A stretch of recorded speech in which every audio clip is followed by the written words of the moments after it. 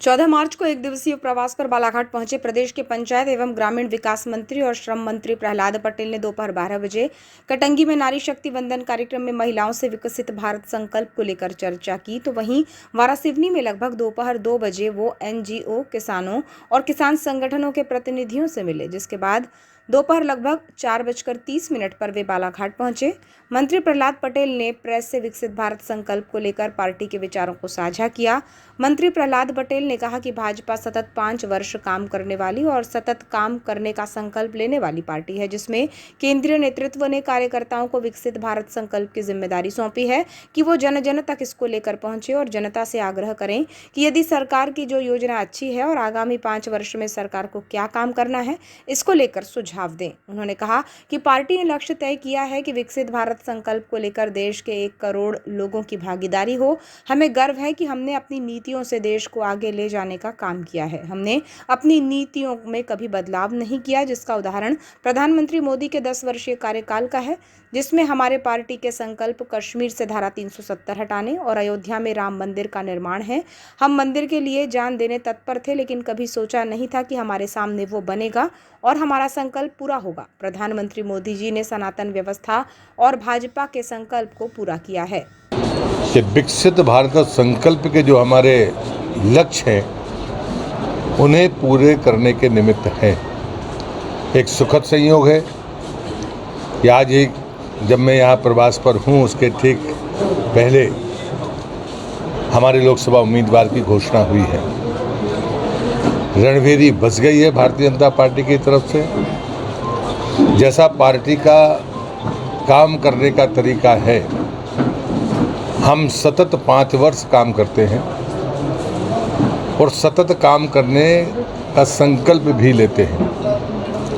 इस बार आदरणीय प्रधानमंत्री जी ने और राष्ट्रीय अध्यक्ष आदरणीय नड्डा जी ने ये जिम्मेदारी सभी कार्यकर्ताओं को सौंपी है कि विकसित भारत का हमारा संकल्प जन जन तक पहुँचे और जो काम हमने किए हैं उन कामों के लिए जनता से हम इस बात का आग्रह करें कि जो काम उन्हें लगता है कि अच्छे हैं और आने वाले 5 वर्षों में जो काम करने का हमारा संकल्प है, उसके लिए जो हम घोषणा पत्र बनाते हैं, संकल्प पत्र बनाते हैं, उसमें कम से कम 1 करोड़ लोगों की भागीदारी हो।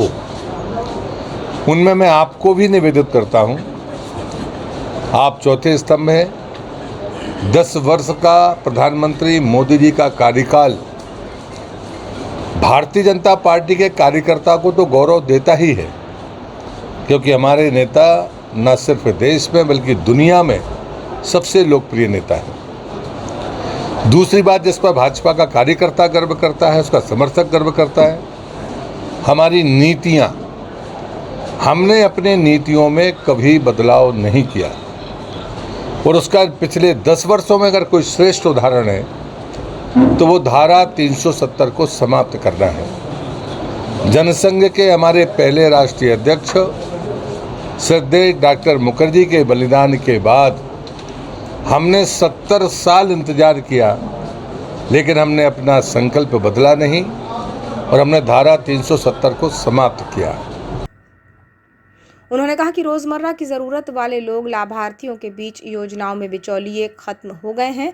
यूरिया के लिए किसान लाठी खाते थे, जिनके लिए हमने पहले नीम कोडेड और अब नैनो यूरिया लाकर किसानों को यूरिया का संकल्प पूरा किया। देश में आज विकसित भारत की नींव खड़ी हुई है। बिना मांगे प्रधानमंत्री आवास और शौचालय मिला। हम प्रधानमंत्री आवास योजना, गैस कनेक्शन, आयुष्मान, जल जीवन मिशन सहित अन्य योजनाओं की बात करें तो सबके पीछे महिला सशक्तिकरण है। विकसित भारत का संकल्प को एक शब्द में कहें तो विरासत के बगैर विकास नहीं, विरासत के साथ विकास है। मोदी के विकास का संकल्प है कि प्रगति गति के साथ हो। हमने महिला सशक्तिकरण को लेकर महिलाओं को विधानसभा और लोकसभा में 33% का आरक्षण दिया। गुलामी के दौर में महिलाओं को पर्दे के पीछे ढकेला गया, लेकिन हमारी संस्कृति में नारी को सर्वोच्च स्थान मिला है। हम उस स्थान तक महिलाओं को पहुंचाने में सतत काम करेंगे। उन्होंने कहा कि देश में इंफ्रास्ट्रक्चर में रेल, सड़क, पुल के विकास के काम तेजी से हो रहे हैं। उन्होंने जनता से अनुरोध किया कि वो सरकार की योजनाओं और आने वाले 5 साल 2047 तक के विकसित भारत के रोड मैप के लिए अपने सुझाव नमो ऐप, पत्र लिखकर या मिस्ड कॉल कर दे सकते हैं। यदि वे नाम ना चाहें तो व्यक्त नहीं किया जाएगा। ट्रांसफर की स्कीम लाई और उसके बाद ये रास्ता दे दिया। मैं अगर किसानों की बात करूं तो उन्होंने, हम यूरिया के लिए ट्रेनें लुटते पड़ते थे और देखते थे, लाठीचार्ज होते थे। उनने पहले नीम कोटेड यूरिया लेकर आए और इंडस्ट्री के में जाने वाले रास्ते बंद किए, और अब नैनो यूरिया देकर उनने किसान को वो रास्ता दिया जहाँ पर उसकी ज़रूरतें आसानी से पूरी हो सकती है। उत्पादन तो तब भी इतना ही था, लेकिन उसको जिस ढंग से किया, ये हमारी नीति और संकल्प का सशक्तिकरण है। मैं जब ये बात कहता हूँ कि जिन योजनाओं पर विकसित भारत की नींव खड़ी हुई है, हर समय आपके दरवाजे पर, प्रशासन के दरवाजे पर, नेताओं के दरवाजे पर आम आदमी जाता था बिना मांगे। अगर किसी को प्रधानमंत्री आवास मिला तो उसके सम्मान की रक्षा करने का काम इस सरकार और पार्टी ने किया। अगर उसे शौचालय मिला तो मैं भी महिलाओं के बीच में कटंगी में था, मैंने कहा कि हमारी हर योजना में, मोदी जी की हर योजना में महिला सशक्तिकरण और सम्मान स्थायी रूप से लिखा हुआ है। प्रधानमंत्री आवास हो, शौचालय हो, गैस कनेक्शन हो, जल जीवन मिशन का पानी हो, आप उसको आयुष्मान कार्ड दे दें, जितनी भी योजनाएं होंगी उन सब के पीछे महिला सशक्तिकरण है। इसलिए विकसित भारत का ये संकल्प, अगर मैं एक लाइन में कहता हूँ तो मोदी के विकास में विरासत के बगैर विकास नहीं, विरासत के साथ विकास, ये मोदी के विकास का संकल्प है। मंत्री पटेल ने कहा कि हम विकास बताने नहीं, विकास जानने आए हैं। 2047 में हम भारत को विश्व गुरु बना देंगे। हम अनाज के सबसे बड़े उत्पादक देशों में से एक है। विकसित भारत संकल्प का ही परिणाम है कि आज पूरी दुनिया हमारे खान पान, वेशभूषा, अनाज और जीवन शैली को स्वीकार कर रही है। हम सब 5 वर्ष और 2047 के लिए रोड मैप के लिए विकसित भारत का संकल्प पूरा करेंगे। यह प्रधानमंत्री जी और पार्टी का संकल्प है कि आप आने वाले 5 वर्षों में कैसा भारत बनाना चाहते हैं, और उसका पैमाना भी प्रधानमंत्री ने तय किया है।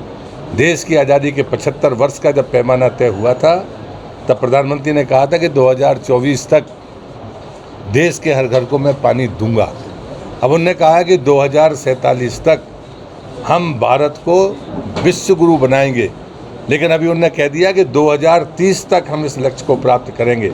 और ये बात मैं इसलिए कह रहा हूँ कि दुनिया ने जो हमारी रेटिंग की थी वो 2030 की थी, खुले से शौच से मुक्त करने के लिए यूएन ने जो हमारी रेटिंग की थी कि अगर भारत 2030 तक खुले से शौच से मुक्त हो जाएगा तो बहुत बड़ा काम भारत करेगा। हमने 11 साल पहले उस लक्ष्य को प्राप्त कर लिया।